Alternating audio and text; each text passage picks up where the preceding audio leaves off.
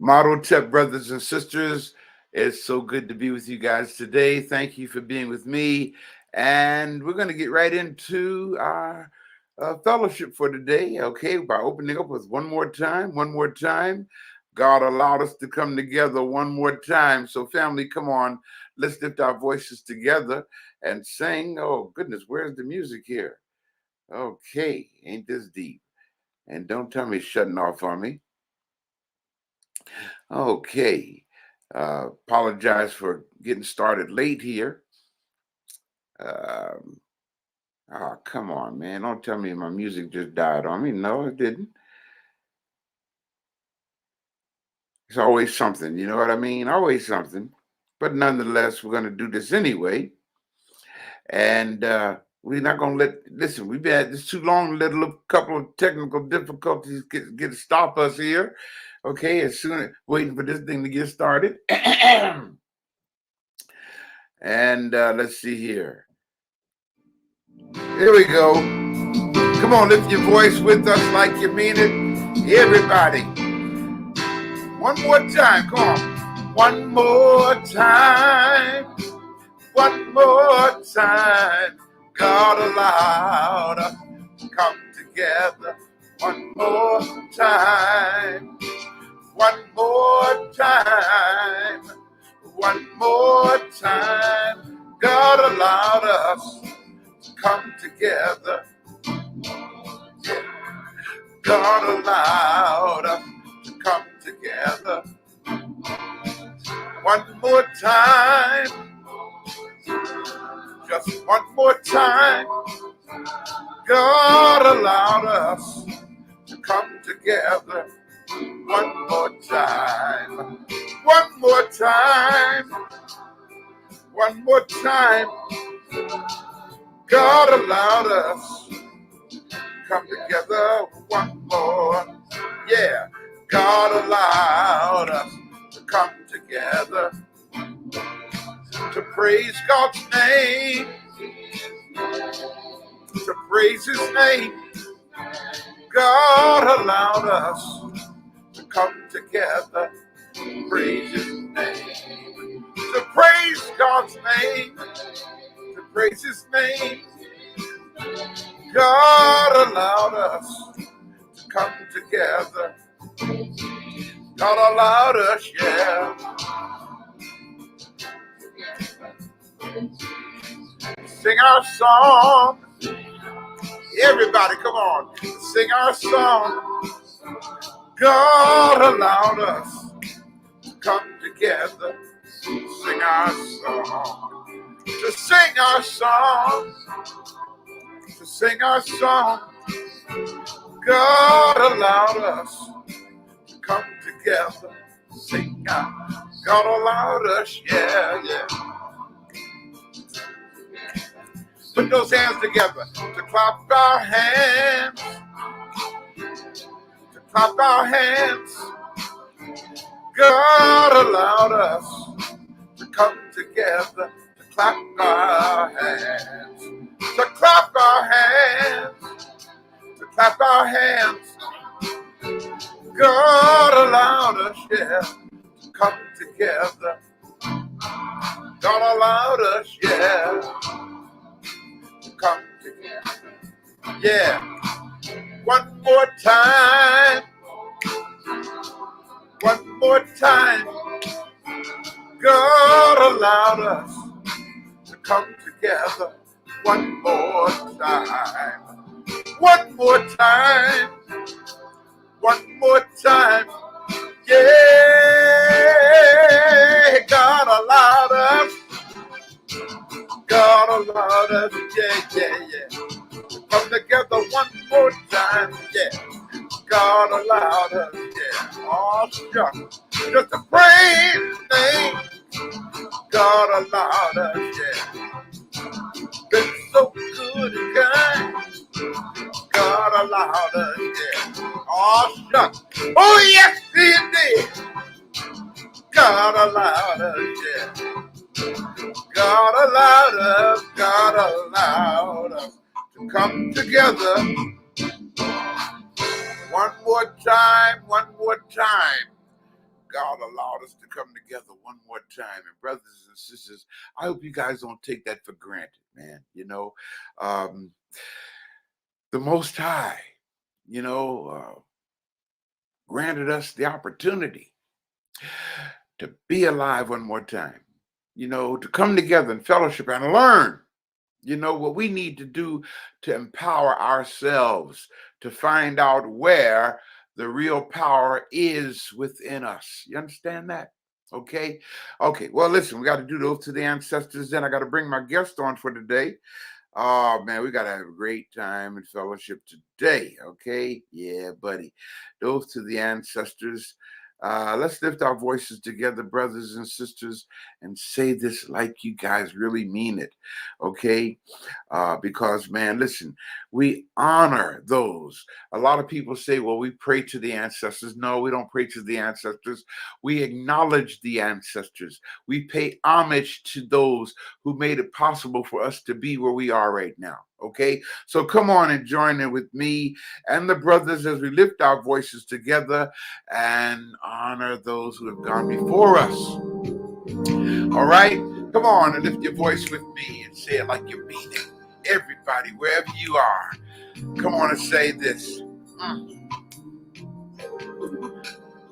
O ancestors, blacker than 1,000 midnights, African ancestors, it is to you that we, your children, give respect and honor. O ancestors, we call upon you and welcome you in this place. African ancestors, let your presence fill this place. O ancestors, who have been purposely excluded from the history books so that the world would not know of your greatness. Our African ancestors, who gave civilization to the world. Our African ancestors, who gave the arts to the world. Our African ancestors, who gave music to the world. Our African ancestors, who gave the sciences to the world. Our African ancestors, who gave mathematics to the world. Our African ancestors, who gave medicine to the world. Our African ancestors, who gave literature to the world. Our African ancestors, who gave philosophy to the world. Our African ancestors, who gave God consciousness to the world. Oh, ancestors, we thank you for devoting your life to make a future for us, your children, grandchildren, and great-grandchildren. Now stand with us, strengthen us, guide us, teach us, and protect us from the snare of our enemies. Rise up, O African ancestors, and let our enemies be scattered, and give us the wisdom and the boldness to deal with our oppressors and those who would hinder the liberation and empowerment of our people. Rise up, O African ancestors, and live in us, and we will not fail to honor you. We will not fail to respect you. We will not fail to hear you, and we will not betray you. Ashe, Yevo. And now, brothers and sisters, we want to take the time to honor just a few let's do that of the roll great call. Africans who have gone ahead of us. Yeah. We call forth their great African names and honor them. Yes. To pharaohs Narmer, Zoja, Sneferu, Khufu, Khafre, Menkaure, and the great vizier and physician and multi-genius Imhotep, we say Ashe.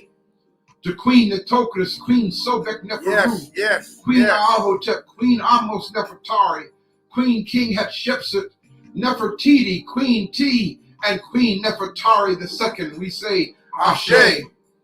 To Menkaure Tahuti Mays, known as Thutmose III, Amenhotep III, Akhenaten, Tutankhamun, Ursula Akra, Setepenra, Rametsu Meriamun, Ramses II, Shabaka, Taharka, Hannibal, and the great African warrior Shaka Zulu, we say Ashe.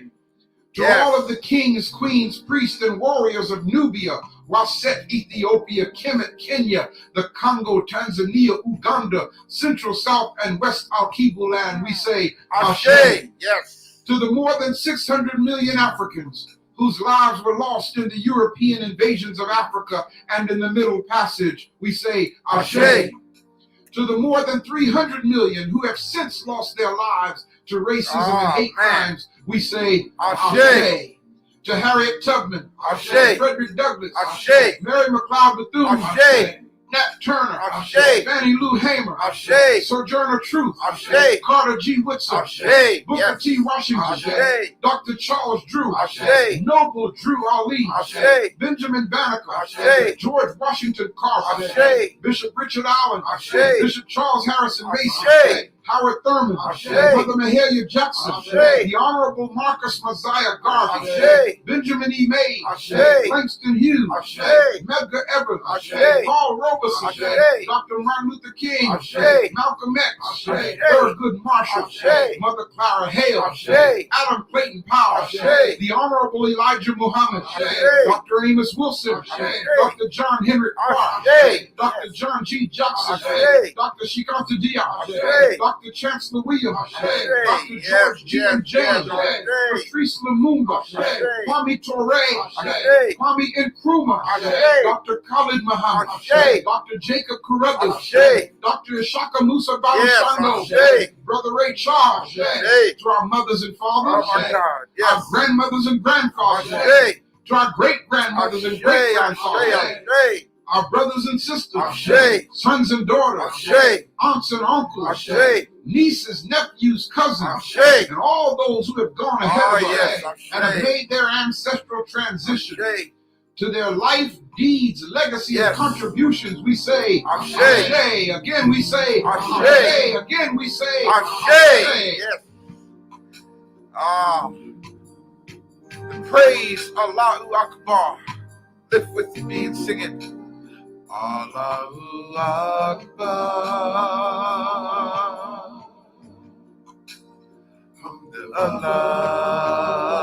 Alhamdulillah. Yeah. Allahu Akbar. Oh, yeah, yeah. Alhamdulillah. The English translation are these words. God is great and he's worthy to be praised. I say hallelujah. God is great and he's worthy to be praised. Yeah, yeah, yeah. I say hallelujah. God make us one. We all should be one. And then the unbelievers will come and say you are with us. God make us one, yeah. We all should be one. And then the unbelievers will come and say you are with us. Oh, God make us one. We all should be one.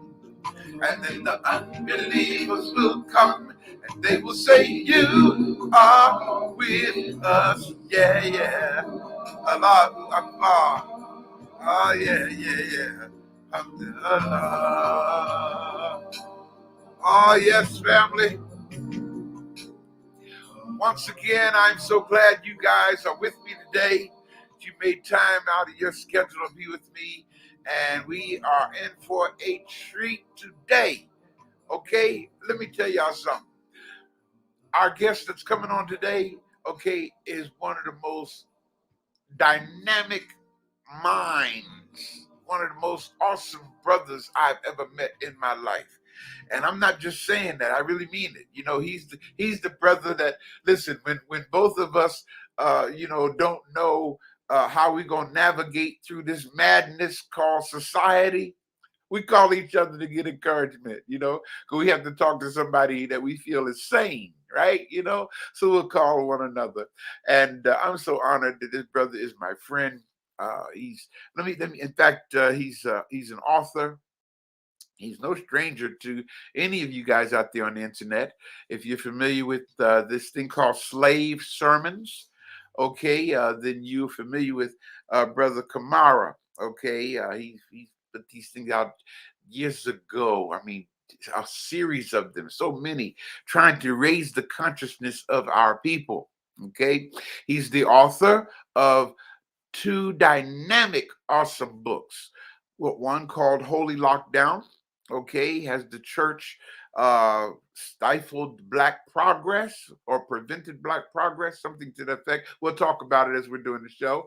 And another one called uh, Holy Hierarchy. Okay, uh, I'm sorry, no, that's the movie Holy Hierarchy. The other book is The New Doubting Thomas. I did the forward on that book, right? The New Doubting Thomas. Okay, yeah, right. Talking about blind faith. Should the church folk get involved in blind faith? Should we do that? Well, listen, I can't think of a better person to have this discussion with today than this brother that I'm going to bring on the air. Let me go on and bring him on. Okay, his name is Brother Jeremiah Kamara. Okay, and that is him right there, brother. My friend. Oh, you know what, man? I forgot my earphones. Okay, and I hear you. I hope we can get by without it. Yeah. Can you hear me okay? I hear you fine. All right. Yeah. Man, how you doing today, brother? Doc, I am good, man. You listen, you have built me up like a goose, man. I hope I can lay an egg for the people, man. Brother, yeah, listen, you don't have to worry about laying an egg. You lay golden eggs, brother. Yeah. I'm good, Doc. Always glad, man. It's an honor, brother. It's been a while since me and you have been on something together. We see each other all the time, but to actually be on something like this, man, is very special. And I'm honored. I'm so happy that you called me and want me to be a part of this thing today. You know, I thought about that same thing, man. I said, wow, is this the first time that Jeremiah and I have been on and done something like this? It's not. It's about the third or fourth time, but it's been a while. A shame, brother. Listen, I'm gonna blame. Listen, I'm gonna blame it on two things. Okay, right. One, I'm getting older. Two, I'm a COVID survivor. There you go. And that COVID thing got this thing called brain fog, man. And I honestly don't remember some stuff, man. Right, I know it. Yeah, man. But nonetheless, man, it's so good to have you with us today, brother. It's so good to have you with us, man. Listen. Tell us about Jeremiah Kamara. Who is Jeremiah Kamara? Jeremiah Kamara is a man that lives in the state of Georgia. I'm from Cincinnati, Ohio. I moved to Atlanta about 27 years ago. And the work that I've done, I'd never planned on doing this. Okay. This is how you know there's some things you can't plan life all the time. Some things just happen. That's right, and brother. You have to be prepared when things present itself. So I came here and with my family. I've got a wife I've been married to for 33 years now. Got 3 children, 3 grandchildren, and written 2 books and have 2 films. Both are on Amazon Prime. One is called Contradiction, which you were a part of that. And the other one is called Holy Hierarchy, the Religious Roots of Racism in America. When I came to Atlanta, Doc, I didn't plan on doing this, but people would ask me what church I went to before they would ask me my name. And when I didn't go to church up north, it wasn't a big deal. Down here, it was kind of like a felony because we got all these mega churches down here. And so I had the insight, and I decided to write a book about it. And I got a phone call from Michael Baisden, who was having the show. And I think it was back in 2004, 2005. And Michael Baisden helped my book go national and as well as international. And I created a series a few years later called Slave Sermons, which highlights the mind effects of being, a blind faith, specifically in the Black community. And if you haven't seen that, I've done about 50 episodes. They're short little snippets that just illustrate the impact that religion has on us and continues to have. So, Doc, it's been a long journey. Are they still available on YouTube? They are still available. I think I have like 51 episodes. People saying, man, when you gonna do some more slave sermons? I mean, they're coming. I've got, editing, doc, is a thing, man, and just people have no idea how tedious editing is. Right, brother. And Right. so having to edit all of that stuff, I kind of sat back and just wanted to get away from the editing. I did all the editing with Holy Hierarchy. I am working on a new project right now. It's called The Age of Appeasement. And so this is Ooh. going to be my next film, Ooh. my next documentary film. And Doc, we might talk a little bit about that today, but it's a crazy world we're in right now, Doc. It sure is, brother. It's a It lot sure going is. on, and it needs addressing. But I mean, we can't speak all the time. They say it's a free country, but we can only say so much. Ain't that deep, brother? Look, Yeah, I mean, man, listen. This whole stuff with Kanye and what's his other brother? Kyrie Irving. Yeah, Kyrie, man. You know, I'm looking at what they're going through, right? Years ago, man, I think this had to be maybe around 2001, 2002. I did a lecture entitled "The Illegitimacy of a People Called Jews," Right. and man, I caught hell. In fact, that's really when I started receiving so much resistance Right. from Right. in society over my teachings, man, from especially from religious leaders, No doubt. and it's Yeah. deep, man. It's like in Christianity, they don't teach you to honor Judaism, but because I did this thing about the Jews, even Christian pastors were having a problem with what I said. Well, So, a Jewish person owns Christian Mingle. exactly. So See, I did a slave sermon. I think it was about Easter, or either it was Christmas, one of the European holidays, which of course I think we're really foolish to observe any of them. But I think it was Easter, and I had a snippet about Kanye. I know it was Jay-Z, and it might have been Kanye West, but it was some celebrity, and they were saying, don't be anti-Semitic, and I was thinking, we could say the word nigger, we could say the B word, ain't that deep, we brother? could drop big F and B bombs on each other and say the most ornery and derogatory things toward each other. Yep. And so I mentioned that in the slave sermon. And so I got a call from a Jewish man. Don't know how he got my number, but he was in Boston. And he said, listen, we have a forum here in Boston that we like your slave sermons and we want to air them. And we have a public, I think it was public public television or something like that, and we really like them. But I want you to take that part out. And I said no, because it's pertinent to the actual slave sermon that I was demonstrating. Mm-hmm. You could go, if I remember, YouTube took me off for I don't know, it's about a month or 2 months or something like that, because I had mentioned Hitler, and when you mention certain things, Wow. there's this, I guess, algorithm or something, but they're aware of it. But Yeah. it's crazy because you can't say certain things, but you can say nigger. Mm-hmm. Ain't that something? All day long. You can say any derogatory thing about black folk, Mm-hmm. but you can't say the F word about gay people, which I wouldn't do that anyway, but you can't say those types of words. Yeah. So why is, like my father used to say, what's good for the goose is good for the gander? Uh-huh. Why is it that we can unleash all the derogatory things upon us? Right. We have to walk on hot coals when we're dealing with other people. Yeah. And I just think, you talk about Kyrie. I just think the world should not be held hostage because of a thought. Thank you, brother. And Thank you. even though he Thank just you. quit something, this man is a thinking man. He had a thought.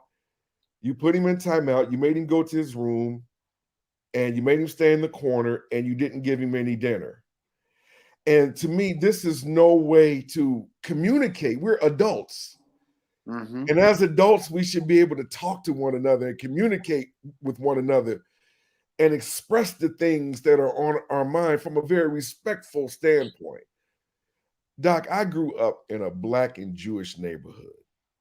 Okay. And anybody that knows Cincinnati, I don't know what it is now, but in the 70s, I grew up in a place called North Avondale. And all we had was Black and Jewish people. I cut Mr. Render's lawn. Mr. Kraus was my Boy Scout teacher. He was also one of the coaches of my baseball He was in team. the Boy Scouts, man. In the Boy Scouts. I wonder was that one of the ways that the Roman Catholic Church invaded the Black community, man? Listen, man, you know they got a real muddy, grimy history. Yes, brother. And one day, Mr. Kraus said, "Look, I want you guys." We had two meetings. I was in Cub Scouts too. I was a wee below. Me too, right? But Mr. Kraus said, "We have one meeting. We have a meeting coming in June." I remember it was June, and this was March. He said, "So our next one is going to be in June." It wasn't until August that I remember, oh, we had a Boy Scout meeting in June. Everybody was playing. We forgot about it. And that was the last of it. You know, I spent the night over the Peskovitz's house all the time. I've been to several bar mitzvahs. You see what I mean? I went to school with the Elkises, with the Ungers. I mean, I'm no stranger to Jewish homes and Jewish houses.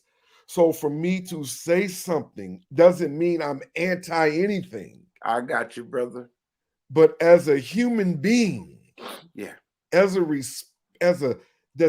wants to ask a reasonable question as to why there is such an imbalance of Jewish control and Jewish ownership. All right. That is a human question. Right. That's not anti anything. I don't celebrate Christmas. I don't celebrate Valentine's Day. I don't celebrate 4th of July. I don't celebrate any Eurocentric holidays. It doesn't mean I'm anti-white. It doesn't mean that. Teach, brother. I shake white men's hands all the time. I have accounts with several white organizations and several white companies. Doc, you know my business, and you know the accounts that I have. I was just getting ready to say, man. Cool. We break bread together. We talk stuff together. We have a drink together. But I don't partake in your Christmas. I'm smart enough to know that a New Year's is not in the dead smack of winter time, so I don't celebrate your New Year's. I don't wear green on St. Patrick's Day, any of that. But that doesn't make me anti-white. Right. And this is what we have to get to that point. Because I don't do those things doesn't mean I'm anti-white. I have 3 children, Doc, and I've raised them all. And I never told them they couldn't go to church. They would go to church with their grandmothers, their uncles, and they would sit up in church and text me, "Baba, this is crazy. Baba, you were right about this. Baba, this is that." I never told them that. I took my daughters, she was the oldest, so she commented, but I took them all in the backyard. And I said, "This is a tree. When you cut us, we bleed. When you cut this tree, it bleeds sap. This is where birds live. It helps us breathe. Now, this is where the birds make their nest. Now, should I chop this down and put this in my house?" And my oldest daughter started crying, and she said, "No." There you go. I don't know why it's so hard for us to tell the truth and be truthful. 3 children, a Black family, and not one of those children stood out as freaks. All right, brother. Or anything like that. They're very normal. They all have on their own business. They're doing quite well. And we were able to go through this life and not partake in these Eurocentric things. And we were quite happy. There you go. There you go. We saved quite a lot of bit of money. I'm sure it has, brother. And see, the good thing about it, notice what you said. You're going through life, okay, not fighting, just not partaking. That's all. Real simple. Real simple. Money. Doc, look at the money. Yeah. That you say if you did not celebrate every month. Every month, all 12 months, there is a holiday of some sort. August is even back to school day or whatever. But every month, and that is to draw your money out. Yeah. You combine that with tithing in the church, it's no wonder you're broke and looking for money. Go ahead, It's man. no wonder that I had the money to not to open up my business and to buy the land that my business sits on, because I was able to, because I never gave a preacher a dime and I never spent a thing on Christmas. And Doc, I promise you, I'm going to give you this Christmas what I gave you last Christmas. You got my word on that. I hear you. You got my word. And you know something, brother? I'm going to look for that too.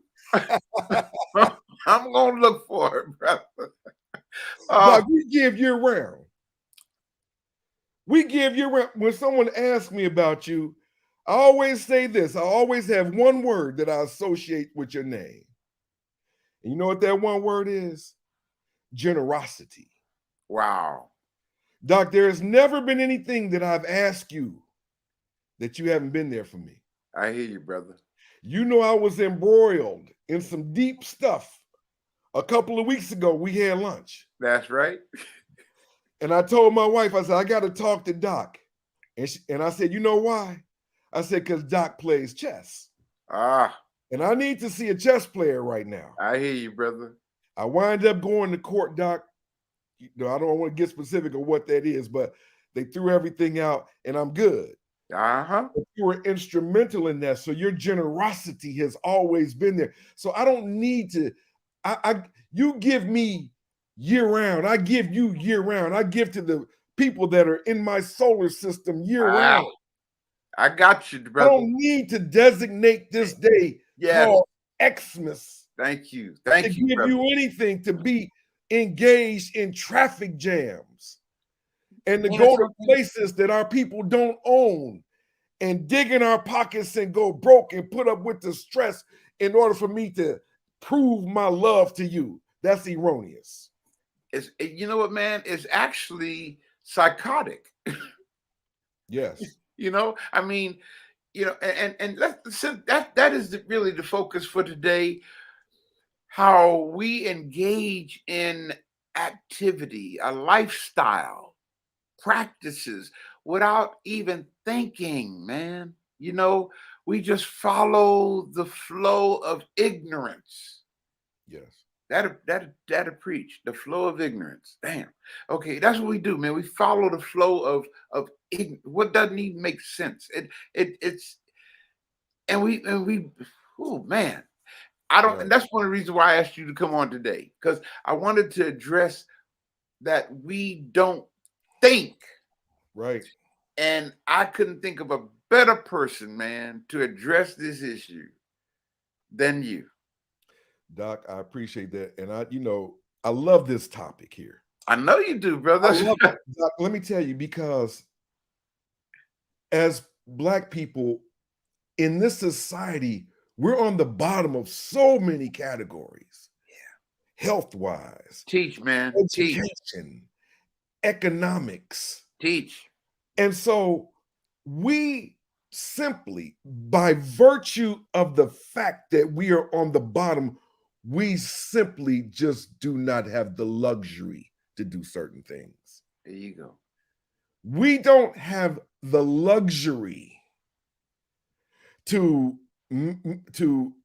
keep waddling in ignorance. We don't have that luxury, Doc. And at a certain point, you know, we have to listen. There's a certain thing called culture. Your culture is an organic thing. It came from where you lived. If you live by the mountains, you got a mountain type of culture. If you live by the river, you got a river type of culture. If you lived by the ocean, you got an ocean, a sea kind of culture. You're forced what you eat, what you say, how you treat one another. Black people will fall for anything. There's not one thing that you can say that we just don't do. Like there are certain things that we just should not do. Like I tell you one thing, there's so many things that we shouldn't do. But with getting back to this Kyrie Irving thing, you should never buy Nike again. All right, brother. In fact, turn that damn TV off and leave those sports alone. Uh-huh. You're sitting up here talking about, man, Dallas my team. No, it's not. Dallas is Jerry Jones' team. Teach, brother. Okay? You don't own any of those teams. Wow.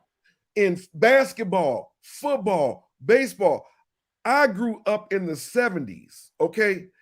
And any person that knows anything about, like the young people say, oh, that's a white man's sport, baseball. You don't know what you're talking about. Because black folk would go to church, get dressed up, and go to watch the baseball game. Uh-huh. The Pittsburgh Pirates lined up 9 black people in a game. See, our heroes before Magic and Jordan, all these people came, they were baseball players. That's right. This year was the first time since 1950 that there was not one black person born in America participating in the World Series. So damn Major League Baseball too. Wow, brother. My friend has been saying for 20 years that we need a moratorium, not on the active physical participation of sports for exercise and for competition, not that, but a moratorium on the business of sports. I got it. I did a small 6-7 minute documentary on Donald Sterling back in 2014 when he said that he didn't want blacks at his game. Sometime, Doc, the Giant falls asleep and leaves the back door unlocked. Teach, brother, teach. That was the time that the back door was unlocked. But like Carter G. Woodson said, you're not going to go out that back door. You're going to carve a special spot. Ain't that something, brother? And go out in a listen, you had people like Doc Rivers and Shaq saying things like, it's bigger than Donald Sterling. It's about a Naismith trophy. Damn, a Naismith trophy. It's about 40 million black folk. If we'd have shut it down, we'd have shut down the restaurants. Yes, sir, brother. The hotels, the television programs, a host of things like that. And we would have went back on our demands. He was asleep and the back door was open. And that's why they banned him for life. So what? He's a multi-billionaire. Who cares you banned him for life? But we don't take advantage of these opportunities. We don't stick together. And I know that's cliche and that's hackneyed, and we've heard that a lot. But it's the truth. But that's the truth. But that's what happens when you have a people who don't have well, Jeremiah, what is our culture then? Because you're saying that whites don't have the same engagement of enthusiasm in our culture as we have in theirs. But what do we have? I don't see any Malcolm X Furniture Day sales. So what is it we have as black people? Sometimes you find out who you are, but it's like the show Hoarders. You know that show Hoarders? Yeah. You will clean that place out and they'll look and say, damn, I didn't even know it was a room right there. I didn't even know I had a room. Right. It's the same thing. It's called addition by subtraction. You will find out who you are when you subtract everybody else's culture from your life. You will begin to organically appreciate who you are. Organically learn who you are. Teach, brother. I have never, Doc, you know the business that I'm in. I don't want to mention that, but it has to do with automobiles, okay? Yeah. I've never seen an Asian person drive anything but an Asian vehicle. Teach, brother. I've never seen a Jew drive a Mercedes-Benz because of the events in Germany. Isn't that deep, man? To see that? Now listen, y'all listen. The brother, what the points that he's making right now is very valid for me, because like he says, I know the business that he's in, he's exposed to literally all makes and models of vehicles. Okay, they have to come to this brother's place of business here, okay, to get certified and all that kind of stuff. And so he sees all of the, so to make a statement like this, that to me is what I call empirical evidence. Right. Okay, that's right. legitimate proof right there. That's right. Okay, that's a right. good point, brother. Never seen. I've never seen that a Jew drive a Mercedes Benz or BMW, anything like that. And let me tell you, we drive everything. Ain't that something, brother? We That's celebrate everything. I'm saying, wow. We watch anything. We say anything. Now listen, Doc, you know I play music. Yeah. You're a musician. Mm-hmm. I love rap. Rap is an outstanding, beautiful, rhythmically syncopated, organically created musical art form. Uh-huh. Well said, brother. Okay. Well described. Yes. But there's a but coming, isn't it? There's a but coming. But you being on the bottom don't have the luxury to spew such ignorance. Now, Doc, like, you know, being in this business for 24 years, not only have I noticed the cars, but I did a survey that lasted about 6 to 8 months. Okay. And all I've ever hired were black felons. 22 felons. That's it. That's, you know, I want to say that again, brother. That's one of the things I admire you for, man. You know, and let's he's not bragging, y'all. I just want him to say that again, because here's a brother who truly gives back and provides an opportunity, okay, for our brothers, okay, to rebuild themselves in society. So, and that's what, and like you just heard him say, only thing he hires are felons. Okay. And let's talk about that, man. This is the only time that I have 3 people working for me that are not felons. Okay. Doc, you remember the felon that was murdered? I do. Yes.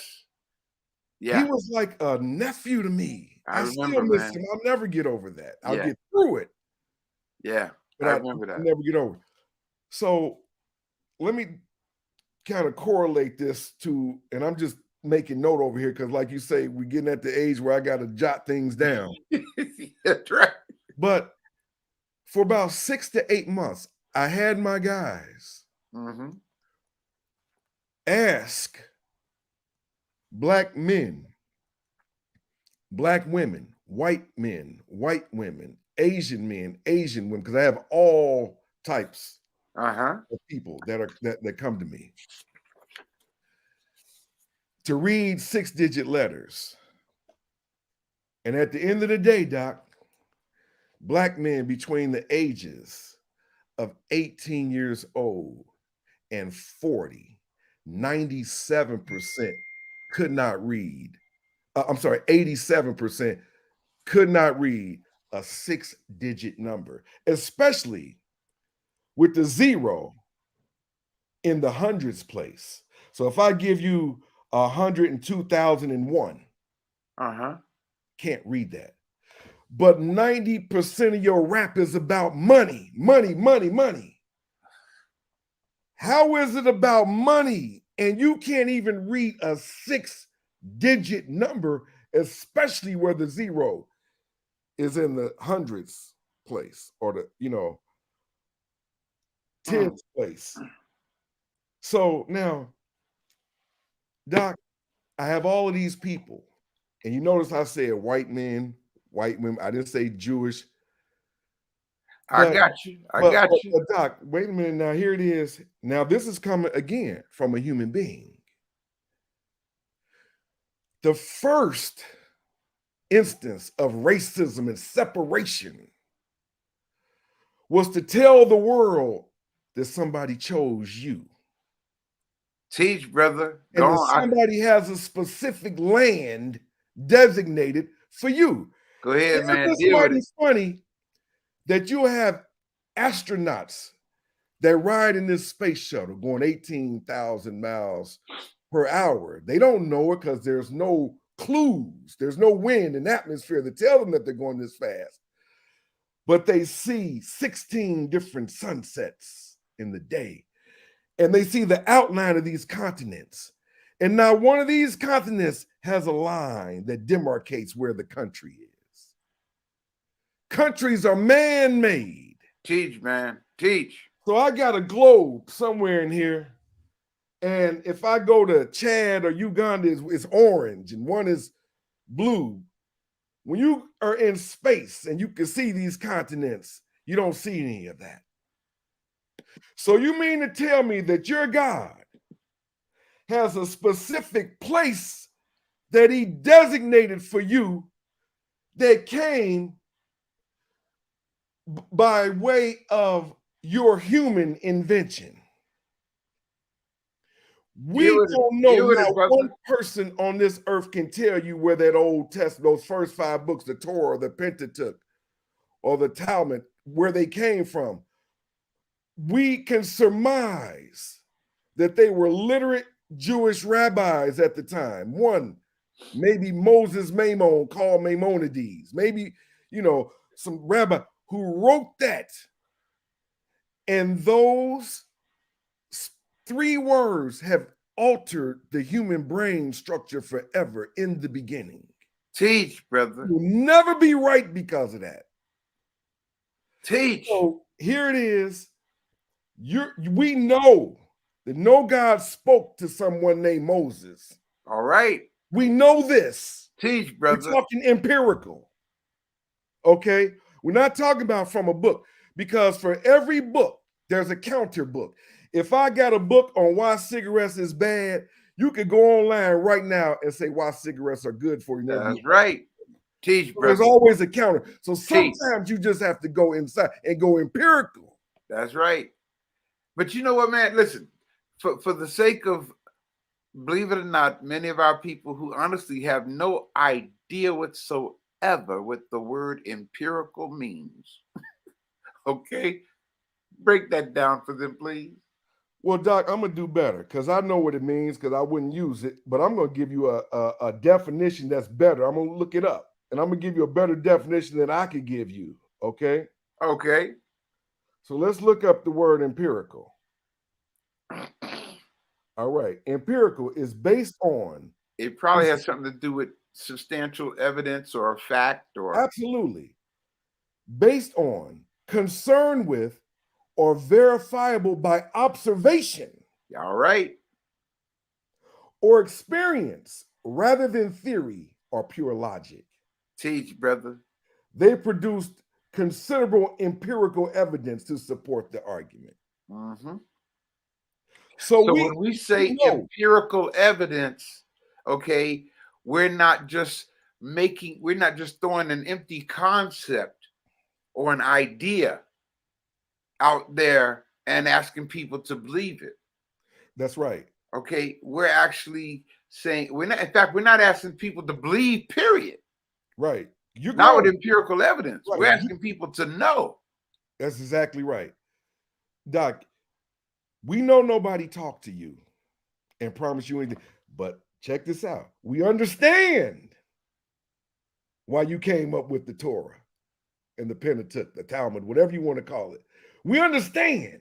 There you go, brother. Because well said. During those times that you came up with that, you were being evicted from country to country. And if you look at the places where the nomadic Jews were being evicted, it hugs the coast. So you were on foot, you were walking. Mm-hmm. So the Jews have one thing that they did that I tipped my hat. They said, damn it, this is my story, and I'm sticking with it. That's right. That is what they've done. Long enough, it becomes the truth. And so I can hear black people now, wait a minute now, we're the original Jew. Listen. Deal with it, brother. Break it down. About those people, okay? We're talking about something empirical, okay? let's go back to Empirical. We're talking about the people today who own GoDaddy, Spotify, Vistaprint, WebMD, Etsy, Quora, Vimeo, LinkedIn, Kickstarter, GoFundMe, Pfizer, Facebook, Instagram, Uber. I could go on and on and on. Go ahead, brother. That's who we're talking about. Teach. You also created the NHL. Yep. But we ain't talking about those players right now. All right, brother. We're talking about the actual NHL that you see on TV. Deal with it, brother. Okay. Now listen, if, for instance, you're a black man, and you are the Hebrew Israelites, and yes, we are the original, and this man talking nonsense. If you wrote everything in that Bible, does it make the stories any less absurd? Teach. Teach. See, that's the way we need to think.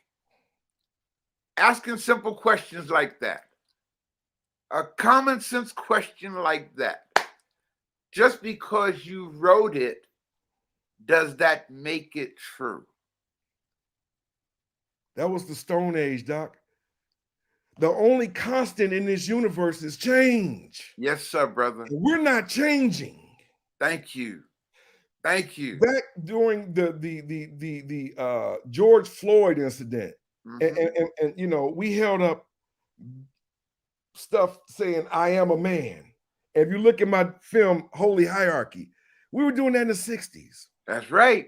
Ain't that deep, brother? How we keep doing the same thing. There you, Doc. I'm not so much against voting, but it would be called insanity by a different name to continue doing the same thing and expecting a different result. Yes, sir. Let me ask you something. What possibly could I vote for this year or the next 4 years that would make me any less dependent? All right. Woo! Woo! See, that's what I mean by critical thinking. Asking a simple question, just a simple question like that would take away that, would empower yourself, people. Just asking a simple question like that to your own mind. You can't vote for eating right. You can't vote for exercising. You can't vote for sexual abstinence if you need to. You can't vote for not calling your woman a bitch. Woo. You can't vote for loving your brother. You can't vote for checking your children's homework. You can't vote for being a good father. Can't vote for being a good mother. Those are things that you cannot vote for. So before you go and vote, I'm not totally against voting, okay? Don't get me wrong. But before you go and try to make your house better, you got to clean the inside first before you. Right. So, Doc, I love this topic because what you're basically saying, critical thinking, is we could talk about racism till the cows come home. They ain't gonna make a difference. But Doc, when you're trying to find out what the circumference of a circle is, you have to start with the circle itself. Ooh, teach, brother. So when you're trying to talk about what's wrong with us, why don't we own Etsy and Shopify and Disney and Time Warner and AT&T and Sprint and T-Mobile and all that? We have to ask ourselves, what are we doing? Now, when I look at certain things that is an imbalance of ownership amongst Jewish people, I have to, again, put my thinking cap on and my common sense reasoning as a human being, not as an anti-anything. But the question that I would have, respectfully, how can you possibly own so much through sheer benevolence? Isn't that deep, brother? I mean, as we would say in the street, it has to be some stank in the game. All right. All right. Tell it like it is, brother. There's some griminess somewhere. And I'm sorry, it's not anti anything. Right. I got Jewish friends I could call up right now, and I would ask them the same question. I just want to know why we're on the bottom. What's the problem? Why? And see, that's the question. Why are we as African people on the rung, the lowest rung of the social strata in society? Why? And as a man, but yet we are the most praying people. Okay? We are the most praising people. Now, people are, listen, what I'm saying right now, I can't say, listen, what I'm saying, I'm really quoting Jeremiah Kamara right now by saying that, okay? When the brother dropped that, it's like, wow, that is something to think about. Why is it, brother, listen, and I think I got this from you, okay? If it was about prayer being answered, we'd be the richest people on the planet. Big time. Big time. Doc, you know, one of the things, and listen, I don't care what someone believes, but I tell you one thing. You know you're conned when they tell you that what you believe is greater than what you do. Ooh. And that is exactly You're conned. We've been programmed. We've been conned, brother. Listen, if I help my fellow human beings and I love my fellow human beings and I'm a good father, what the hell are you so concerned about what it is I believe? Thank you, brother. It's what it is that I do. Thank you. Thank you, brother. Now, let me tell you, I'm just talking about me. This is redundant, but me personally. Okay, me. Uh-huh. Doc, I don't seek anything greater than Jeremiah Kamara. Why is that? Why is that? Because it has been proven that we are made of the same stuff as the stars. Yes, sir, brother. And the same stuff as the earth. That means, like Dr. deGrasse Tyson said, we are connected to the universe cosmologically. We're connected to the earth chemically, and we're connected to each other biologically. Uh-huh. So the very moment that I seek something greater than me is the moment that I disconnect myself with who and what I really am. Teach.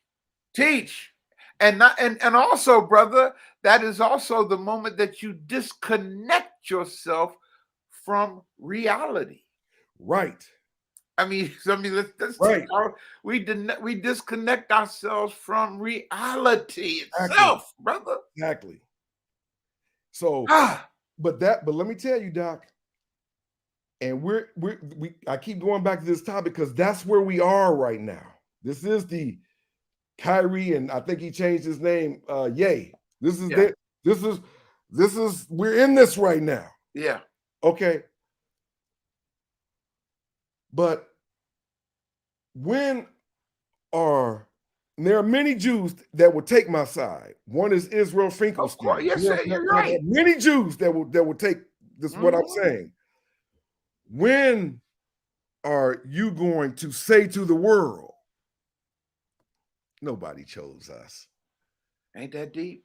We just needed to have those stories in there in the Old Testament to say, you know what?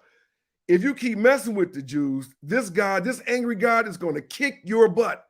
And when you read the Old Testament, it's just the wild, wild west. Yes, sir. And as a righteous man, as a man who reaches out and helps his brothers and his sisters that need help, the Bible is distasteful for me. Teach, brother.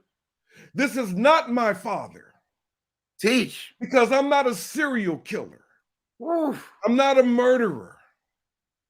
I don't murder for the most benign reasons like this God of the Bible did. Teach, man. I don't share those characteristics. Teach. So he's not my father. He's not yours either. That's right. But your brain has been has adapted to the ideology that this God is real. And this ideology takes up a huge chunk of real estate in your consciousness. Go ahead, brother. Go ahead, brother. To the point that you can't think logically or do anything else because you carry this around with you everywhere you go. So it takes up a large chunk of real estate. But I'm saying that as people on the bottom, we don't have that luxury to keep thinking about that. Woo! Go ahead, man. Go ahead. It is rendering us powerless. Go ahead. Yes, we don't have that luxury to keep doing that. Thank you, man. Well, God told me this. Oh, thank God I got this good part. Oh, well, bless my food. If you want your body blessed, quit blessing the food. Just eat right. All right. Somebody called me the other day, happy Thanksgiving to me. I said, no, this ain't no thing. It's just family day. That's all. There you go. It's just a day that some of us are off. There you go, brother. Frederick Douglass told you back in the 1800s about this stuff. Yes, sir, brother. Yep. About all this was just a day meant that the enslaved blacks did not have to go to work. And the master would come around in the plantation and get you drunk. You know, I bet you can't outdrink Rufus. Phil, I bet you can't outdrink Rastus.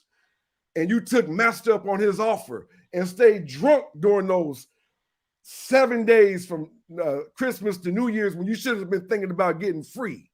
Ain't that deep? All this should be on your mind as a black person is how can I get more independence in my life? Thank you. That's it. That is, Everything brother. else is just conversation. That is. But that's unfortunately, that is not priority for the masses of our people.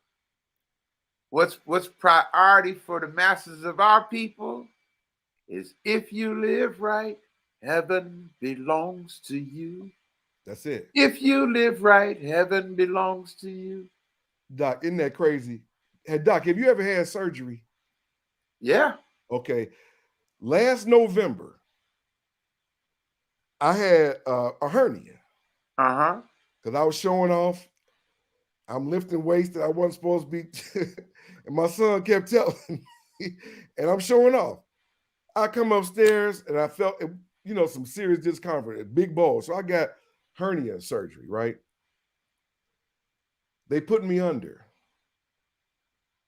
And they said, count to 10 backwards or something right. like that. I say, listen, I hate to disappoint y'all, but I'm one of the few patients that's not going to be out.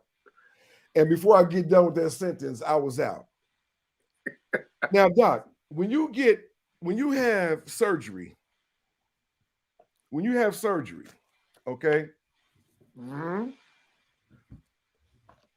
They cut out they put you under this thing called anesthesia. Anesthesia. Yes, sir, brother. You go in there, they take your heart out, they mess with your brain, they take a kidney out, they remove your intestines and untangle them and twist it. You don't feel a thing. What makes you think you're going to be conscious of death? All right. You ain't even conscious of anesthesia. Go on, Doc. Go ahead, man. Well, Jeremiah, what is death? I tell you, like I always said, I've said this many times, Doc, I was born in 1963. Death is 1953 to me. That's what it feels like. Death feels like 1961. 1962. Death feels like hell. March 19th, the day before I was born. So that's what death is for us. Go ahead and teach, man. I'll be right back. Go on, teach. Like you did the oath of the ancestors. We remember them. Death is for those who we've survived, death is for us, for the survivors, I'm sorry. It is not, you cannot experience non-existence. It is impossible to experience non-existence. And so it doesn't matter that the Catholics that came out and said that they invented hell and heaven. It was all made up. It doesn't matter to you because you are so entrenched in fear. And there's nothing that takes up greater real estate in our brain activity than fear. When you are under the pressure of fear, it has something to do with every single thing that you do, everything you think, everything you say, everything you believe, your relationships, and all of that. So, as Black people, we need to say, you know what? There are some things that we just don't do. Now, we can come out, we can have a rap, and it can say B and F this and B this and F this and all that. But I tell you one thing, there are certain groups that would not have that in their neighborhood. They would not have that. There are certain people, you cannot introduce that same thing to a Korean. Yeah. Not even a Jew. A Jew don't want to play Superman on TV. He want to own Superman. There you go. He don't want to do the rap. He want to own the rap. You got NWA spewing all of this, and you got a Jewish agent. Ugh, that's ugly. But isn't that deep, though, brother? How we have been prostituted by the industry like that, pimped. Do you think our people realize that? Do you think they see that? Well, that's a good question, because I'm gonna answer that by saying this: slavery is insidious. Now let's look that word up, because in my book, The New Doubting Thomas, I had to say, wait a minute, I don't mean to use certain words. I don't want to ostracize my reading audience, but there are some words that are just more appropriate than other words. So let's look up the definition of insidious. Okay. So insidious definition, okay? Proceeding in a gradual, subtle way, but with harmful effects. Yeah, it is. You see? Harmful effects, Doc. Right. So that means treacherous, crafty. So that means you could be a slave and not even know it. Oh. And some people say, well, Jeremiah, slavery is kind of harsh now, because we get paid and we it's not chattel anymore. I don't nobody own. Okay. Well, let's say dependent. Or I'll take it back. Let's say ultra dependent. All right. Because we are ultra dependent. Hell, this very platform that we on now, Doc, me and you, we don't own this. Teach. Say it, brother. Say, man, I was just saying yesterday, I was telling somebody how we think we're doing something, okay, because we are talking to the world on a platform that we don't own. Ain't that something? And what did Malcolm X say, Doc? Malcolm X say, slavery is like a Cadillac. It changes models. Ooh. Ooh. So now we're in another model right now. That's this model that we're in right now is called the age of appeasement. That'll preach, man.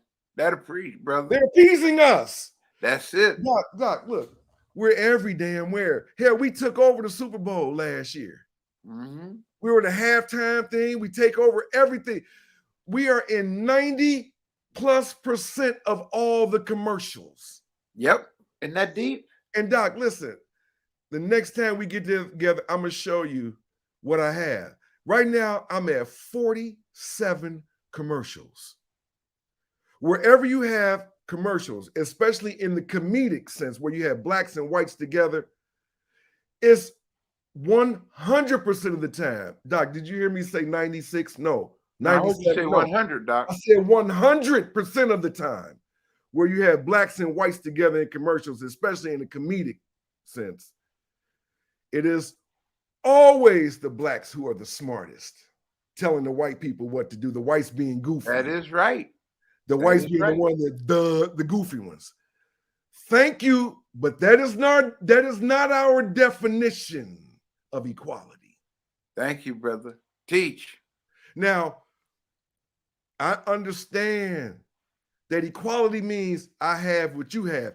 They did not have hundreds of years of slavery for them to turn around and give us back what they stole. There you go. Thank and you. There's no provisions in the Bible that says, thou shalt return what thou hast stolen. No, it's not there. It's not Ain't there. nothing there. So I understand that. But what do we do then? Because if you say, let's look at this paper right here. And Doc, I like your analogy when you do your circle. Everything inside the circle. Let me do this paper right here. I don't know if you can see. Can you see all of it? I can see the paper. I can't see what's on it. No, there's nothing on it. Okay. I see the paper. Let me get something smaller. Let's take this phone. Okay. All right. Let's say this phone represents the wealth of the United States. All right. Well, they have so many places of wealth that there's not a whole lot of room that you can navigate. Okay. You got two white men that own more real estate than all 40 million of us combined. Wow. See that speaks volumes right there. So look, Doc, now check this out. We all know this, but let's put it in perspective. We're talking about critical thinking. Yep. I'm not sure. So when you my phone talked to me, she said something. She said, I don't know what she said, but we're not talking to you, Siri. But Doc, so let's look at where we are in America. And I pointed to all those places that big chunks of real estate that we don't have a lot of room. Uh-huh. All right. We were not allowed and had no part in the cotton industry, obviously. Right. The steel industry, the precious gem industry, the tool making industry. Teach, brother. The textile industry, and even the digital age that we're in right now. And the technological age. So where would you expect Black people to be? All right. Now, if you Jews went through a Holocaust like we went through a Holocaust. All right. How come we don't have? Ain't that deep? And how could you own all of this? Through sheer benevolence. I'm not convinced that you can. And, you know, what is our answer? Doc, if I was a preacher, I think my sermons would last 3 minutes every Sunday. Okay. Because I would get up on stage. How y'all doing? Everybody looks so nice. Y'all look so nice. Oh, look at you, Sister Jones. Okay, open your books. What is it, Doc? Proverbs chapter 31, verse 3 or 331? Proverbs 331. Yes, sir, brother. Open your books to Proverbs 331. Now I want everybody to read. There you go. Envy thou not the oppressor, choose none of his ways. Choose none of his ways. Doc, I don't want no damn diamonds. There you go. I don't need that. If I did get some diamonds, they'd be in a safe deposit box. Because it'd be for investment purposes. I don't need that. Let me put that there, brother. Envy. That is it. Stop envying what they have and learn how to live, go without when it comes to those type of things. You know, Doc, we have 1.6, I think it's $1.6 trillion, $1.6 trillion spending. $1.6 trillion. That deep, brother. And we need somebody else. Are you crazy? Everything that we need is laying next to us in bed. Say it, brother. It's across the street from us. Yes, brother. It's on the other cell phone that we're talking to. Yes, sir, brother. That's who we need. But you know, it's like you had P. Diddy. He said, vote or die. What about eating right or die? There you go. What about exercise or die? Yeah, man. Vote or die? Really? So if I don't vote, I'm gonna die? You mean to tell me that there's something that I can vote for that's going to make me less of a slave? I don't understand it, Doc. I don't get it. We're in a quagmire right now. All right. And our way to see the room, like I said, hoarders, is to clean up our room, clean up our house, Yeah. so that we can see how much room we have to navigate in it. That's key, bro. But see, the reason why that's not happening is because our focus has been misdirected. Okay, we're not focused on what's better or what's best for ourselves. Right. In fact, brother, we've been taught that you are not important. There you go. We've been taught how's it, man? You know, You forsake filthy rags. You're just filthy forsake rags. yourself, brother. Right. How's it? You know, if we don't, if you Deny don't me. Deny your brother. Deny that's your what I'm sister. trying to say. Deny yourself. Ain't that deep? So now we don't have a greater good mentality. Oh, We don't do any for the greater good. You should cut that damn television off and start watching these damn sports. Doc, what time is it? What time? Oh, and half the men think about hung that. up this damn thing and watch the NFL right now. Think, brother. Hey, man, brother. Half the men gone. There Right it now, is. as we talking, because the NFL is on. Talking about the Falcons. This is my team. That's not your team.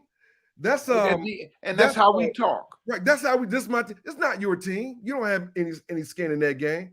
So, Doc, the only way that your brain can adapt to something that it cannot see, hear, touch, taste, or smell is through practice.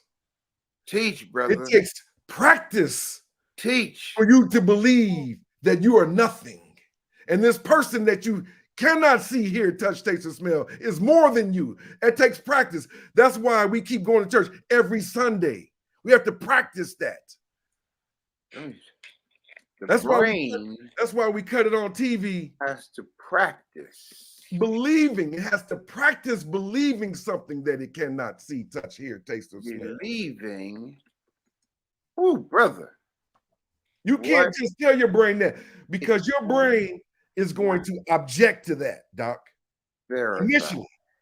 And your brain gonna say, wait a minute now. Now I just fed my brother. And I just fed my sister. I just invited my brother over to my house because he didn't have anywhere to stay. But I don't believe in this. Well, you going to hell then. Ooh. Just like you, that person that did you like that, Doc. They said, well, remember you told me, do you believe in Jesus? And then he didn't want to have anything to do with you.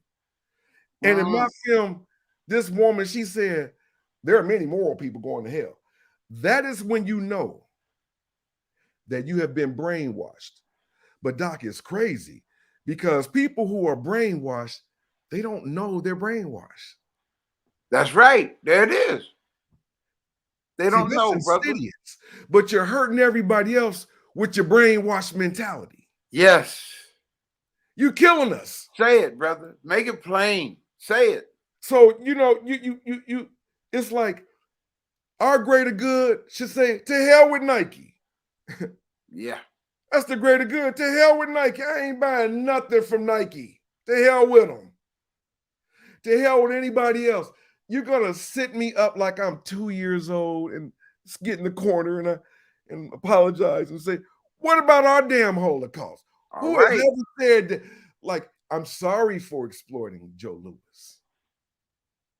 I'm sorry for exploiting all the R&B stars. I'm sorry for exploiting all the great jazz people. Who's apologized to us for all the exploitation and wrongdoing that has been done to us for the sake of money? Nobody's apologizing. Nobody. We ought to make somebody get in the corner and go visit the Congo.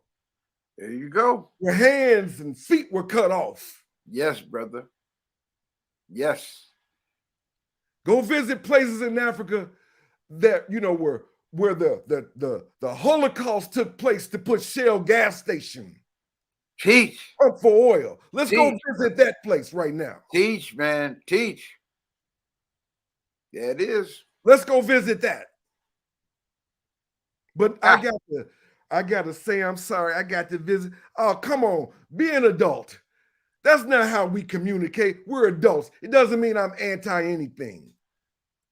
I'm not anti-Jewish. I grew up with Jews. Okay. How many people that's watching this now has been to as many bar mitzvahs as I have?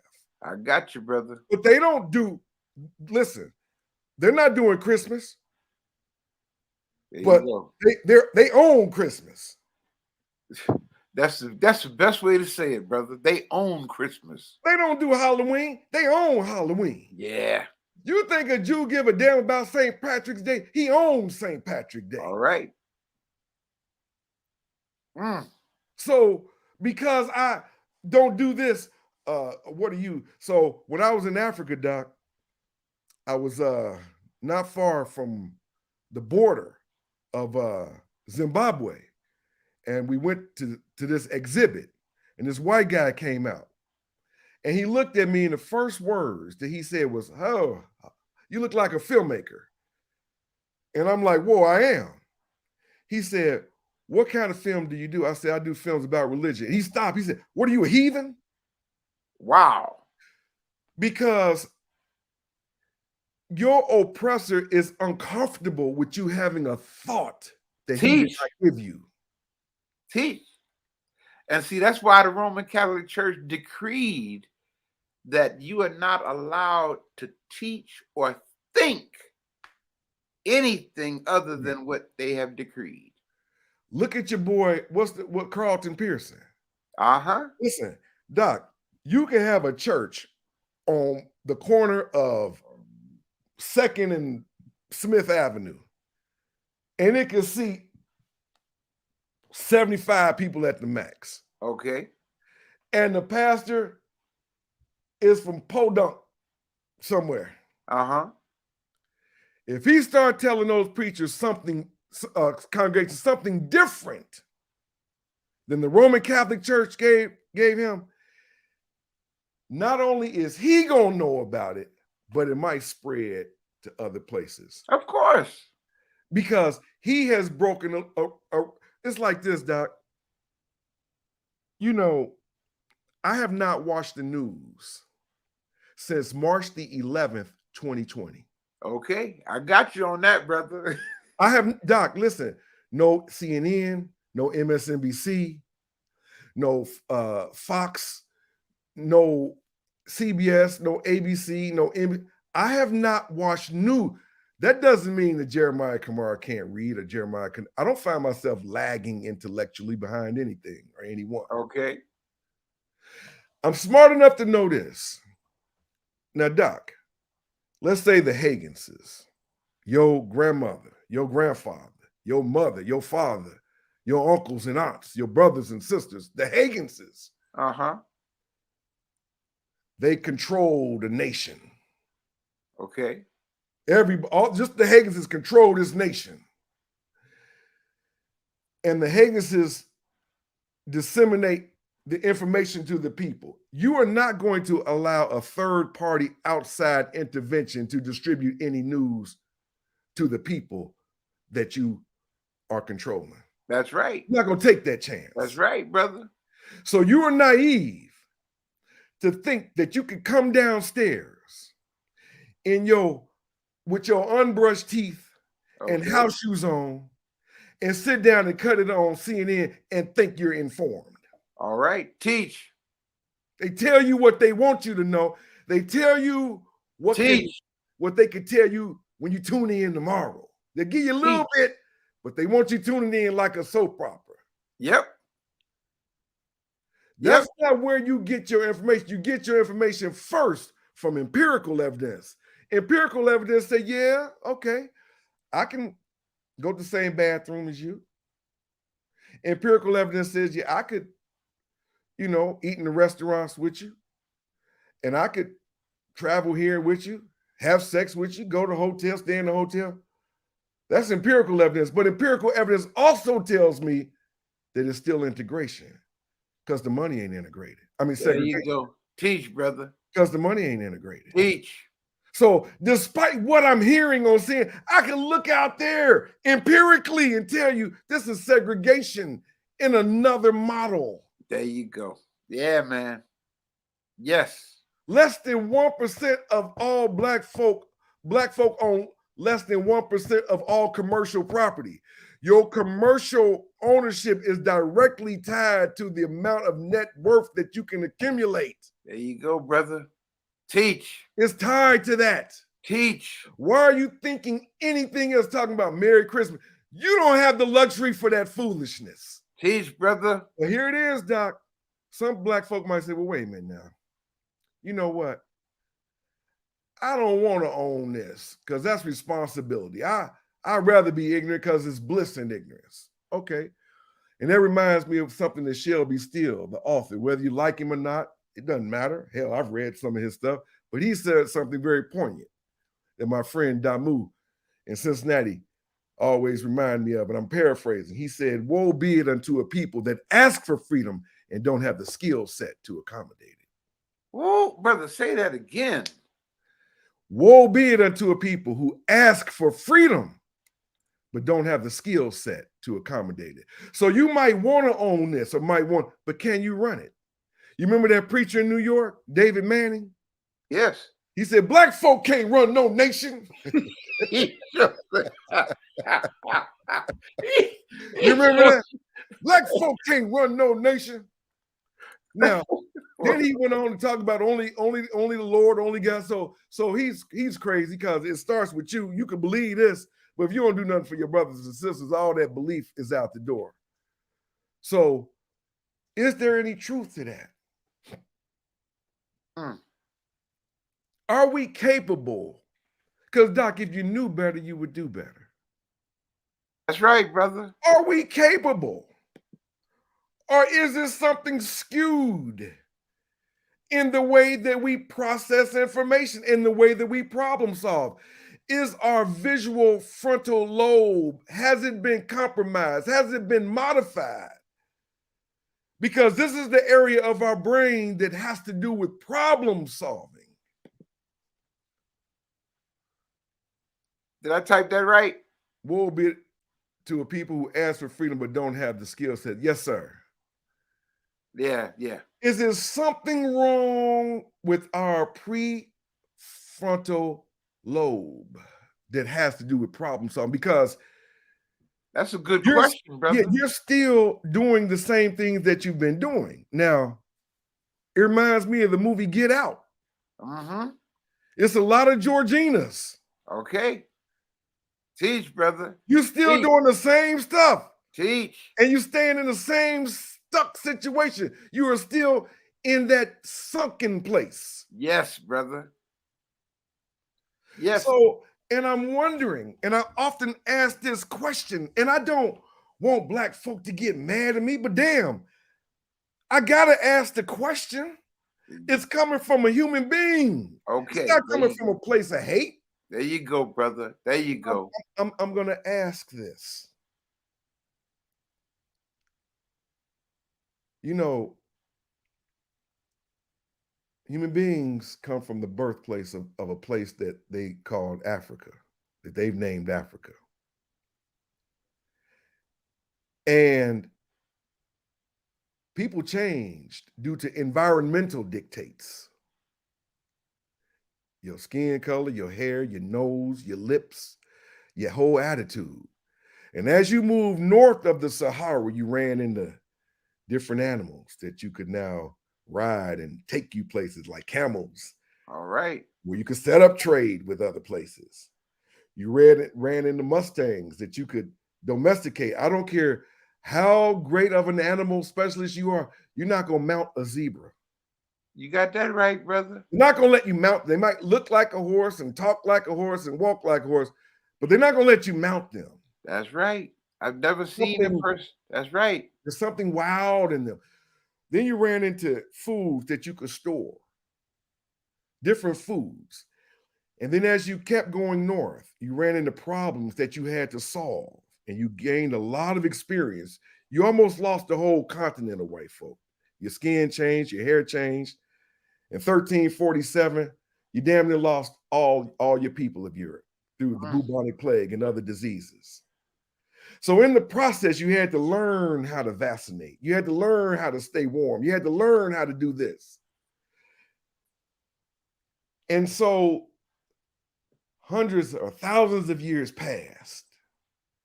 And then here you are now with great weaponry, great machinery.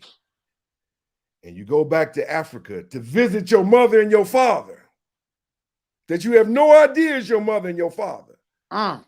But now you look down on them. Ain't that deep, brother? It's the same thing as you being born and raised in Mississippi, or born and raised in Arkansas, or born and raised in West Virginia.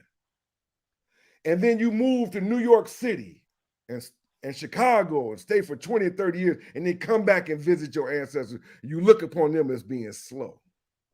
Ain't that deep? And that's what So we've come done, back. brother. That's what to we've done. visit their mother and father, and they say we're slow. And so we did not migrate north of the Sahara to get those experiences. And guess what? We are the descendants of those who did not travel north of the Sahara. That's right. What does that say about our ability to think? All right, bro. Because no other group would allow you to walk on them the way that we allow other groups to walk on us. No other group would have the Stockholm syndrome where they will fall in love with their oppressor to the degree that we have. That's right. Now, we want reparations, and we call for reparations, which I'm all for. Hell, I'm for anything. I'm always pro-Black for anything. But you look silly asking for it, and you do the same things that your oppressor does. All right. It's back to the statement you just stated earlier, brother. Woe be it to a people to ask for freedom or even to ask for reparations. Right. But don't have the skill set to accommodate it. Doc, if they give it to us, what we going to do with it? Doc, you're sitting up here. So now watch this. You go ahead and you get your reparations and you go to work the next morning and you got a pocket full now, bank full of money. And your white counterpart gonna say, well, where's my shit? You do the same thing I do. You party with me, you drink with me, you have sex with me, you do the same, you celebrate the holidays that I do. Hell, I should be entitled for something too. There's nothing that distinguishes you from me other than how you look. All right. Break it down, when brother. you go and ask for reparations, everything about you ought to be different. There you go. That justifies you more. There you go, brother. Teach. Now, when you look at the Cherokee and the Navajo, yeah, they did not choose to interact with those who mistreated them to such a degree. Right. So they got reparations. That's right. They got casinos everywhere. Everywhere. And all the other groups bringing in great money for them, big brother. time. But we would be more justified. Say, you know what? I don't. You guys are great. I love you. But I just don't do I don't do your ways. I don't do your holidays. I just don't do those things. And so now, Doc, I'm not going to take the position that there's something wrong with interracial relationship. Because let me tell you something, Doc. Some of the greatest minds that we've ever had came from interrelationships, from Bob Marley to Minister Farrakhan. I mean, Doc, listen, to Malcolm X. Yeah. So that's stupid. But when you see TV, why are 75% of the relationships interracial between blacks and whites? Not interracial between Latinos and whites, or that's right. Asians or Asians and blacks. No, blacks and whites. Because you're appeasing us. There you go. You think that this is what we want. Oh. This ain't what we want. Teach, brother. What we want is independence, so I don't have to raise my hand to you and say restroom break, boss. There you go. Teach. When I was Teach. 19 years old, Doc, 19 years old, I had something, and I'm verbatim. I sent my drawer somewhere here in my office. But I used to say, you know, today, I need the wisdom or something like that to become less dependent today than I was yesterday. Mm-hmm. And my whole life I've sought to own my own. There you go. You can't. That's my philosophy, brother. Right. You can't seek to own your own because that takes a lot of brain power and real estate because you got to be thinking about it all the time. You don't have the luxury to be talking about some Jesus and would he love you? What would Jesus do? You ain't got time for that. Oh! Oh! You trying to be independent. Brother. You got to think on matters of finance. Brother. Matters of business. You don't have that luxury to be going to church and tithing and talking about, yes, Lord, and Jesus. You don't have that luxury. This is what I'm saying. As people on the bottom, there's certain things we just don't have the luxury of doing. Man, you know something? Now, of course, I've seen this and realized this much long before now. But I don't think it really hit me as clear as it just did when you was talking, brother, about, you said we don't have the luxury to be thinking about Jesus and all this stuff that they want us to think about. You don't have They have distracted us on purpose. There you go. On purpose. Right. With this religion, man. On purpose. Doc, to keep us from our power. To keep us from anything that would empower us. Anything. Doc, you know my baby girl. Yeah. She was over here last night till about 3 a.m. with her boyfriend, right? They were packing boxes of their business. This was Saturday night. They didn't leave here at about 3:30. Wow. I can't even walk in the family room. There are thousands of boxes waiting to be shipped from the business. That's what I'm talking about. But entrepreneurship came very natural to my children. See? Well, they weren't hijacked and engaged, and their attention flow. Your energy goes, or where let's say your attention flows where energy goes, something like that. I might have it wrong, but what I'm saying is they were not hijacked from religion, so they had a lot of room to think. They cleaned their house up. Gotcha. Or the house was already clean. Yeah. Our brains are hoarded with belief. Brother, see, ooh, man. See, y'all see why I had this brother on today? Okay, because see, look, y'all listen. Remember, this is the brother who said to me when I was under a lot of attack by not progenitors, but practitioners of ignorance. Okay, when I was under a lot of attack, this is the brother who gave me those words. And brother, I don't know if I ever told you this, but those words that you said to me, Doc, elephants don't worry about gnats. You remember you said that to me, man? Sure. Yes, sir. Brother, you have no idea how much that helped me at that time.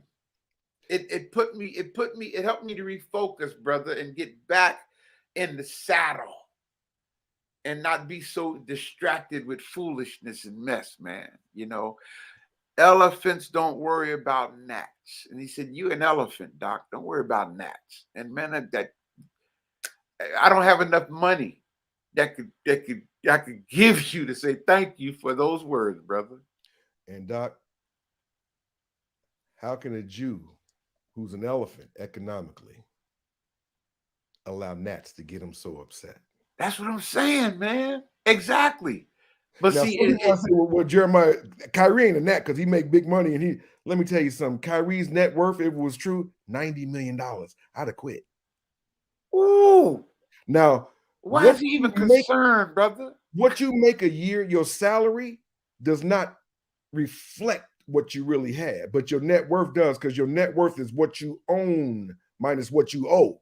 Yes. So you mean to tell me I have a net worth of 90 million and I'm still dribbling the ball? Ain't that deep? Dude, listen, man. You could tell by the way Kyrie carries himself, by the way he looks, that he's not a hateful young man. Right. I This noticed young that. man was close to his father. Mm-hmm. Kanye West, or Ye, whatever he wants to be called nowadays, he's not hateful. He didn't do anything out of hate. I think he has a mental disorder. You know, I can see some concerns there. You calling yourself geniuses when, I could give you a chord progression and you would get lost in the woods with it. You got people that call themselves geniuses, you can't even play a C chord. Uh-huh. So, I mean, if you really want to know what a genius is, you need to go. We had a lot of geniuses pass through, but they ignored them. They sure did, a lot brother. of jazz musicians who were geniuses. Yep. That were ignored. Yep. Okay. So, but they say, well, Kyrie was already skating on thin ice because he didn't take the COVID shot. So he was already on thin ice. Now, Doc, here it is. You would vote for legalizing abortion. And you would say, why? Because I am pro women's right. That is her body. If she wants to have an abortion, who am I? Well, why didn't you take that same stance with the vaccination? That is your body. All right, brother. All right. Say it. Do what you wanted to do with. That is Say your it. body. And if you All did right. not want the vaccination, why would you get demonized to such a degree? Well, you affected other people. Says who? And I don't want to get into that because we've all had loved ones. I don't want to make like I'm insensitive because I've had people that have lost their lives, and I've had encounters with this terrible, wicked thing that we call COVID. However it got here, it's a terrible, debilitating thing. But that was that young man's choice. Yes, brother. He should have been able to exercise, but he's in the pockets of the ownership of the Brooklyn Nets, because when Kyrie doesn't play, it affects the bottom line. There it is. There it is. But son, you had $90 million. Now, Doc, if I call you up on the phone and every time I call, hey, Doc, and you like, man, F you, man, I don't give a damn. Then I try again. Well, Jeremiah, you ain't this. I try again. I'm not going to keep letting you insult me. Exactly, brother. Exactly. They tell you every so often, you got to renew your rights to vote. Ain't that something, brother? After the hell I done been through in this country. Ain't that something? You think I'm going to let you insult me like that? Brother, hey, listen, that's how I feel as a veteran, brother. That's exactly how I feel. Right. I mean, I'm not going to keep letting you do that to me. After what I've done for this country, man. After what I've done, how I feel.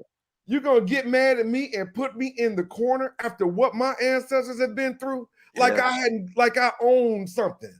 Yes. Like my ancestors have not been through pure. I tell you what, when Mel Gibson did what he did, what did you do to Mel? See? Nothing. Mel Gibson was derogatory. Of course, brother. Obviously, hatred toward this man posted a damn link. Mm-hmm. Mel Gibson have had all kind of opportunities to do his thing. Mel Gibson took an already made script. Yep. And made millions of dollars with it. Sure did, brother. You got black folk that went to the theater to see Passion of the Christ. Passion of the Christ, brother. And your grandfather, this Jesus, he's a myth, but this Jesus, according to the story, had a bad weekend from Friday to Monday. He went through what was That's called right, brother. the what was that called? The Passion. Uh-huh.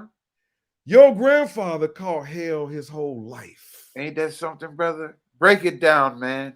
And you Say have it. no empathy or sympathy or regards for your grandfather. Ugh. And you're throwing up in bags that they had to hand out in the theater when you saw how cruel they was beating Jesus. Wasn't that crazy, man? Sick individual. Wasn't that crazy, brother? Sick. Yeah. I mean, man, listen, brother, I remember when that movie was out, I saw our folk, brother, our people. In fact, that's one of the things that made me do the research on a psychological impairment, to believe in something to the point to where to believe in something that has no evidence of its existence, but to believe in it to the point to where it literally affects you emotionally, and you get carried away and bent all out of shape to tears and snotting and crying and shaking and jerking, but yet you have no evidence whatsoever to verify its existence. That is called, in mental health, that's called a psychological impairment. And that's what I'm wondering. Are we operating on a full deck? No, of course not, brother. If we are practitioners of religion, of course not. Because I don't know any other group that would allow, if it was a Jew, they would stick up with their fellow Jew. You got that right, brother. But Shaq, that's why when you look at my film, Holy Hierarchy, Shaq is in the first 5 minutes of his ignorance. Uh-huh. It's nothing like being a buffoon, but when you're a big buffoon, you are really, he's really noticeable because he's big. See, Doc, I would expect that. Y'all see what I'm saying? The only Jeremiah can say it like that. Yeah. See, it's bad being a buffoon, but when you're a big buffoon, you're a big one. See, yeah. Doc, you got Charles Barkley, and we all expect him to be. Now, he knows his basketball, but when it comes to speak on matters like George Floyd or police brutality or President Trump, and you go to Steve Harvey and Charles Barkley like they are some type of intellectual representatives of Black folk. Teach, brother. That tells you about the lack of respect that you. But Doc, look at this thing. Like I said with George Floyd, you see, Black Lives Matter has ushered in this age of appeasement. But just look at that slogan, Black Lives Matter. Do you see how derogatory and menial and trivial that slogan is? It didn't say that Black lives are mandatory. Right. Black lives. Break it down, brother. Black lives are relevant. Black lives are indispensable. Black lives are needed. You just said, they matter. Ain't that something? You just said they matter. I mean, I would have had more respect if you would have said, something like, Black lives are indispensable. Yes. Can't do without them. You just said, they matter. Black lives matter. See? They just matter. I mean, damn, Doc, my phone matters. Exactly. A dog matters, brother. My dog matters. This cup matters. Shucks. It's not indispensable. And see, but again, notice, brother, Black people did not even formulate Black Lives Matter. Did not even formulate, nor the NAACP. Thank you. And see, again, because we don't do critical thinking, then I don't want to say. I was talking to our elder, Dr. Marlana Karenga, this week, and I mentioned a couple of things that we don't do as people. And I appreciated the way he tried to encourage me. He said, brother, I understand what you mean, but we're so busy focusing on what we don't do. Maybe we need to focus on what we need to do. I caught what he was trying to say, I understand. and I understood it too. I agree with him, to be honest with you. Mm-hmm. But the thing is, when the facts are hitting you in the face, not staring you in the face, but hitting you in the face, how can you not acknowledge it? Doc, you had Creflo Dollar who said, I think you sent me that link About the tie. about the tie. Yeah. And you have been saying that for the longest. Yeah. That didn't apply to our generation. You Exactly. had some blacks saying, well, you know what? I'm going to continue to tie. Brother, you know what? I mean, Doc, this is when I heard that, it's like, oh my God. The man just told you that he was in error. And then like you say, folks saying, well, I'm gonna still tithe anyway. I'm gonna still tithe anyway. Because that goes to show what time it is, brother. Doc, it's like slavery is insidious. If you don't want me saying slavery because you can't compare apples and oranges, but you can compare apples and oranges. They have a lot of things in common. So I'll just say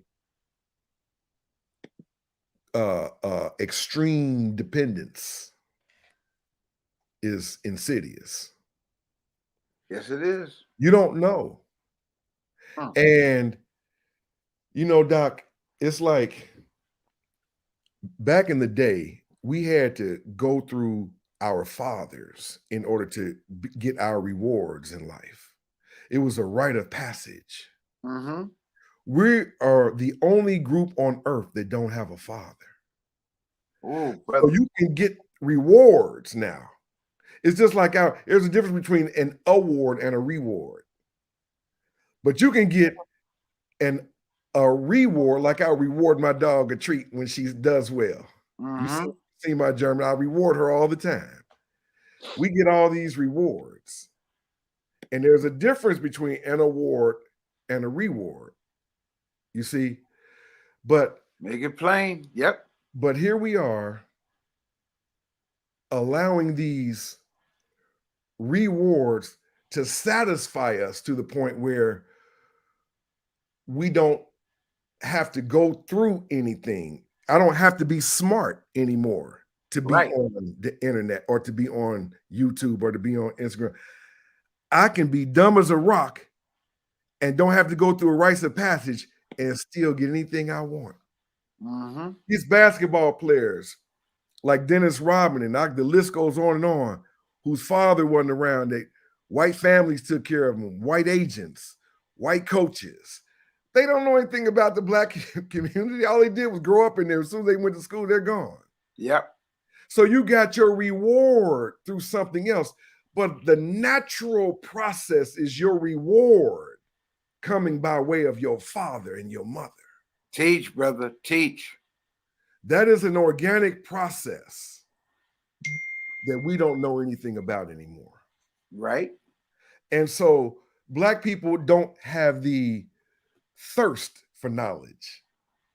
We don't have the desire to be intellectual. And why is that? Well, Doc, and that's what I brought up, that whole thing of our brains. Because if we knew better, we might do better. Uh-huh. What is it that's black? Because for your brain to adapt to something, it takes practice for me to believe that what I believe in has more merit than what it is I do. You have to practice that. Yes. It's just not something that is acceptable.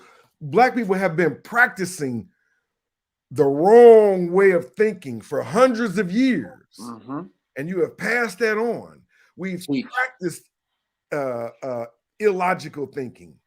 We've practiced misguided thinking. Mm-hmm. But just like your brain has learned to accept things, adapt to things that are wrong, you can train your brain to adapt to things that are right and change your neurological structure. Doc, there are people that I know who have not read one iota of the Bible, and they are some of the most generous people that I have ever met on this earth. Yes, sir, brother. And Yes. they can't tell you anything about who did what or what Deuteronomy did or said or this and that. Because, Doc, when my grandbaby was 1.5 years old, she was sharing her toys. It is in you. Yeah, man. To be moral. You have to be taught and trained not to love yourself. Yep. You have to be taught and trained not to love, to deny your brother and your sister for this other person's sake that you ain't never seen. Your brain needs practice being so ignorant. And see, and we're not taught to do that. Mm-mm. We're not, brother, we're not taught to use our brains, even though it's natural to do so. We've been taught, brother, listen, we've actually been taught. I mean, we've been taught, okay, that to think is wrong. We've been taught, brother, and then they use Bible verses to enforce ignorance, such as what have we been? Well, you know, how does it? What does the Bible say, man? Trust in the Lord with all thine heart, Right, and lean not right, unto your own understanding. and that goes back to Bishop Irenaeus that you know nothing about. He said, See, your own understanding. See, that's what a historian does for y'all. Right. Okay. Bishop Irenaeus was St. Augustine was profound as talking about sex was dirty and all this kind of stuff. Bishop Irenaeus was noted for saying, don't think for yourself, don't lean unto your own understanding. Today is Sunday. I don't know if they'll be by here. They came by Friday, Saturday, the witnesses. Oh yeah, brother. I saw them in my in my ring. Right. Now, Doc, there was a time that I didn't always hold court. You come at me now, the first question I'm gonna ask you, whether you're Jehovah's Witness or anything, you come at me with trying to convert me. My first question to you is, what's wrong with me? Well, I'm just giving you this information. No, I mean, why do I need this? Well, if with this I can do that already. Well, with this I can go there already. Tell me, where can you go that I can't go? What can you as a believer accomplish that I can't as a non-believer? Brother, I'm about to run out of time. And oh my goodness, this is so good, man. Listen, I don't want to lose you. I don't want to end this, but for the sake of the recording, okay, I got to end. I'm a big mouth. You know I can go on and on. You know I got a big mouth, Doc. That's okay. Hey, listen, man, that's okay. I got to stop this, or I won't be able to record it. Okay, you got me. Go ahead and stop it, Doc. I sure hate that it snuck up on me like this, brother. You know how I get, Doc. That's okay, but you know what, man? Hey, listen, I just want to be able to use it. You talking too good for me to end this, man. You're talking too good. Just go ahead. I just want to be able to re-air this. That's all. No, let's stop it, Doc. Let's stop it. Okay. Because I gotta go see one of my grandbabies. Okay. Let's stop it. Go ahead. And family, I gotta end this right in 7 seconds. I'll call you later, bro. All right, brother. Thank you, man. So much. Okay. You. Oh my goodness.